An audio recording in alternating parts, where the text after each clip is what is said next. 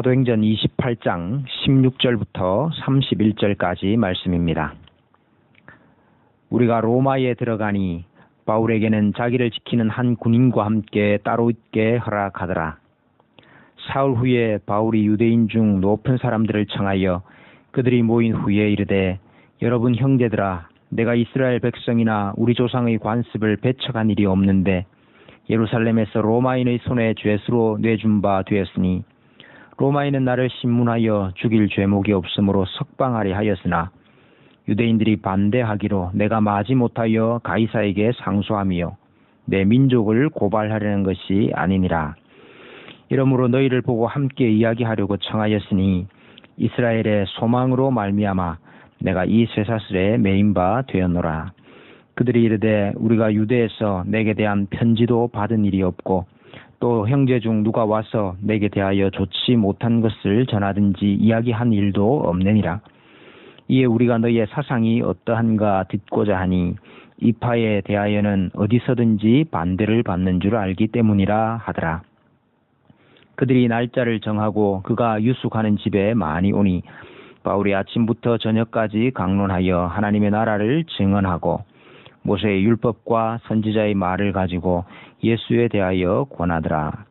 그 말을 믿는 사람도 있고 믿지 아니하는 사람도 있어 서로 맞지 아니하여 흩어질 때에 바울이 한 말로 이르되, 성령이 선지자 이사야를 통하여 너희 조상들에게 말씀하신 것이 옳도다.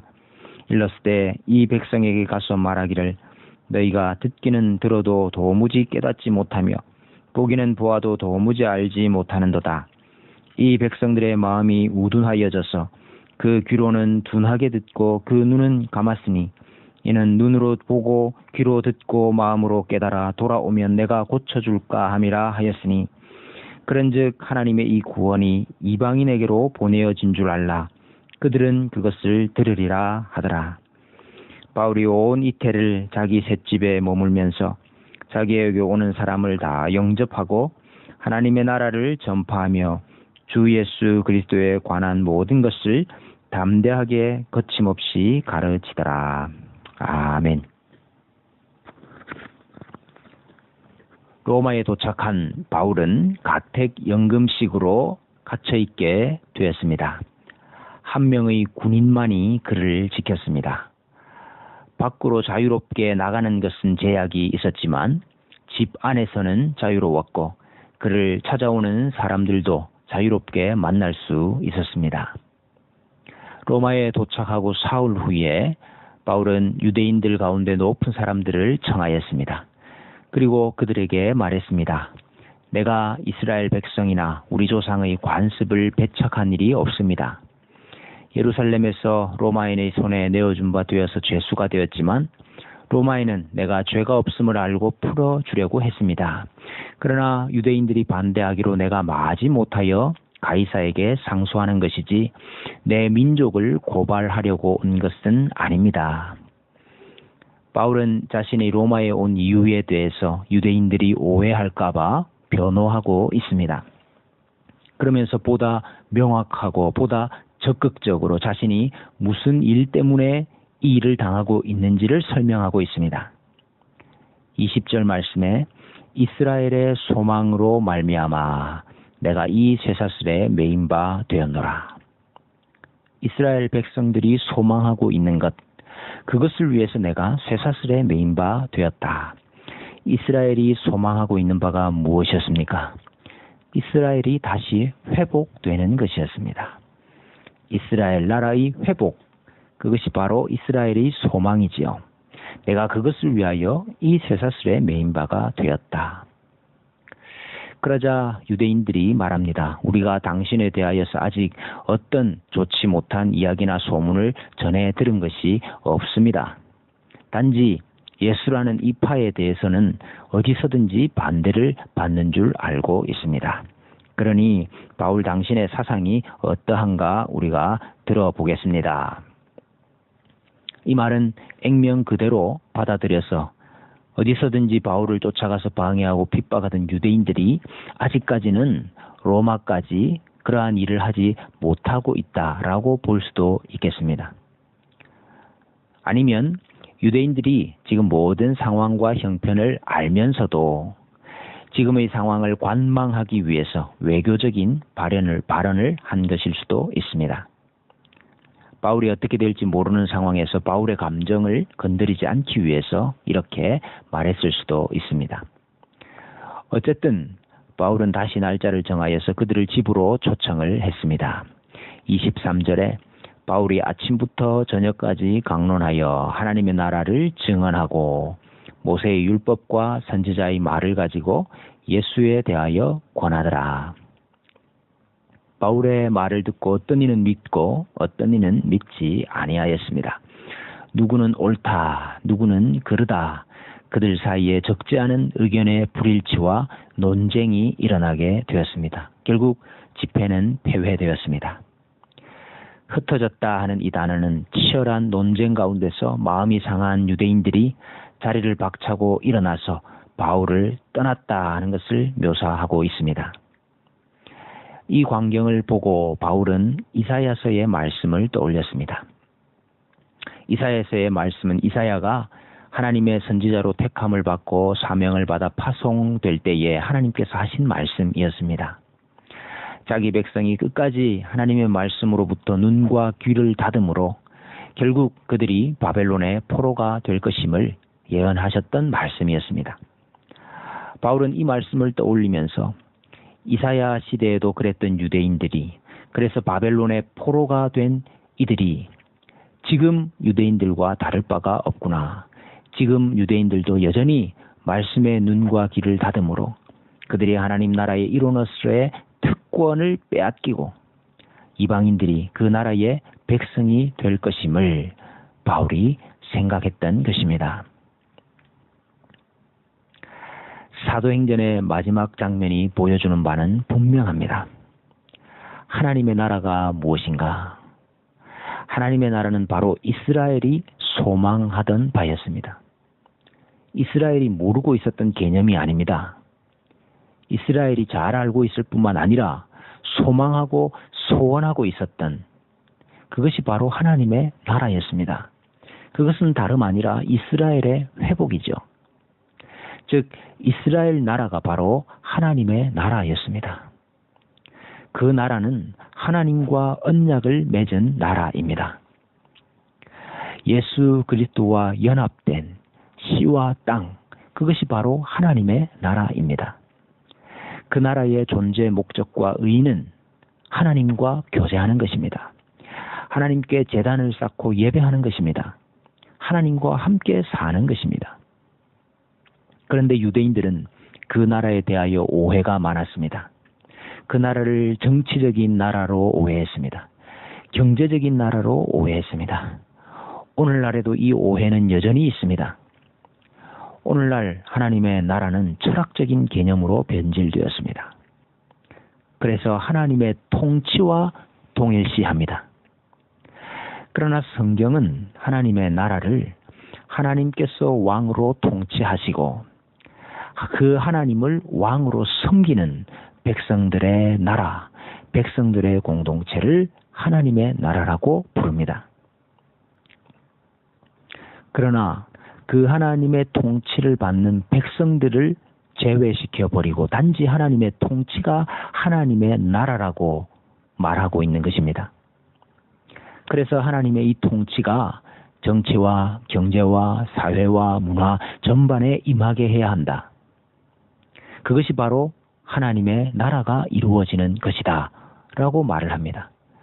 그래서 정치를 바꾸고 경제를 바꾸고 사회를 바꾸는 것이 곧 하나님 나라 운동이고 하나님 나라의 확장이라고 주장하고 있는 것입니다. 믿는 사람들이 당연히 삶의 현장에서 하나님 나라 백성으로서의 면모를 발휘하면서 살아야지요. 그것에 어떻게 이견이 있겠습니까? 그러나 정치가 바뀜으로 하나님의 나라가 이루어지는 것입니까? 경제가 바뀜으로 하나님의 나라가 완성되는 것입니까? 사회와 문화가 바뀜으로 하나님의 나라가 건설되는 것입니까? 만약 그랬다면 바울이 로마에 도착하여서 정계에 진출해야 했을 것입니다. 로마에서 정치인들을 만나고 다녔어야 했을 것입니다. 그러나 하나님의 나라는 정치적인 외교적인 영향력을 행사하는 것이 아닙니다. 내 나라는 이 세상에 속한 것이 아니니라. 만일 내 나라가 이 세상에 속한 것이었더라면 내 종들이 싸워 나로 유대인들에게 넘겨지지 않게 하였으리라. 경제적으로 부유하게 만드는 것이 하나님의 나라가 아닙니다. 너희가 나를 찾는 것은 표적을 본 까닭이 아니요 떡을 먹고 배부른 까닭이로다.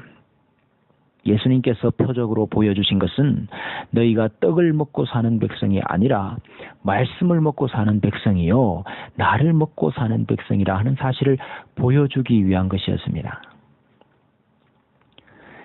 교회가 이 세상 속에서 소망이 되고 희망이 되는 것은 교회라는 하나님의 나라가 이 세상 나라와는 다른 나라로 서 있을 때 가능한 것입니다. 이 세상이 알 수 없는 생명을 간직하고 있을 때, 이 세상이 줄 수 없는 복을 간직하고 있을 때, 이 세상의 원리와 법이 아니라 하나님의 법으로 통치되고 있을 때, 즉 교회가 교회답게 서 있을 때 세상이 그것을 보고 하나님 나라의 일원이 되게 하는 방식으로 교회가 세상의 소망이 되는 것입니다. 그것이 예수님께서 말씀하신 세상의 빛이요 소금으로서의 역할인 것입니다. 소금은 소금으로서의 짠 맛을 가지고 있어야 하는 것입니다. 만약 그 맛을 잃어버리면 아무런 가치가 없어서 밖에 버리고 사람에게 밟힐 뿐입니다. 하나님의 나라는 먼저는 구약시대의 이스라엘이었습니다. 그리고 그 이스라엘 백성들이었습니다. 예수님은 그 나라를 회복하시기 위해 오셨습니다. 예수님께서 12 제자들을 보내시면서 이방인의 길로도 가지 말고 사마리아인의 고을에도 들어가지 말고 오히려 이스라엘 집에 잃어버린 양에게로 가라 하신 이유가 바로 그것입니다.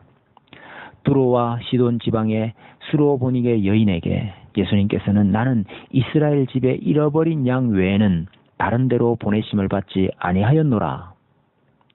자녀의 떡을 취하여 개들에게 던짐이 마땅하지 아니하다고 말씀하셨습니다. 이것은 예수님의 1차적인 관심과 목적이 본 나라 백성들, 즉 본 이스라엘 나라를 회복시키시는 것입니다. 그러나 그 나라의 본 백성들이 하나님 나라를 오해하고 그것을 거부하고 거절했기 때문에 결국 믿고 돌아온 남은 유대인들과 새롭게 믿게 된 이방인들을 통해서 이스라엘 나라를 회복시키셨습니다. 새로운 이스라엘, 즉 하나님의 나라가 되게 하셨습니다. 그리하여서 회복된 하나님의 나라가 어디입니까? 그 하나님의 나라가 바로 에베소 교회입니다. 그 나라가 바로 빌립보 교회입니다. 그 나라가 데살로니가 교회입니다. 그 나라가 로마 교회입니다. 교회가 하나님과 언약을 맺은 하나님 백성의 공동체입니다. 교회가 예수 그리스도 안에서 씨와 땅이 되었습니다. 교회가 하나님의 법을 따라서 통치되며 하나님의 다스림을 받는 하나님의 나라입니다. 이 나라는 예수 그리스도 안에서만 세워지는 나라지요. 예수 그리스도의 중보로만 세워지는 나라입니다. 예수 그리스도와 연합됨으로 세워지는 나라입니다. 정치적, 경제적, 사회적, 문화적으로가 아니라 예수 그리스도 안에서 이루어집니다. 그래서 하나님의 나라를 전파하는 것은 곧 예수 그리스도를 전파하는 것입니다. 본문 23절과 31절에서도 하나님의 나라를 전파하는 것과 예수 그리스도를 전파하는 것은 동일한 의미로 동일한 일로 묘사되고 있는 것입니다.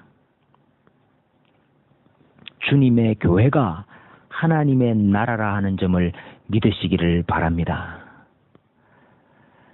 사도들은 하나님 나라의 증인들이었습니다. 그래서 우리는 사도들을 교회의 창설 직원이라고 부릅니다.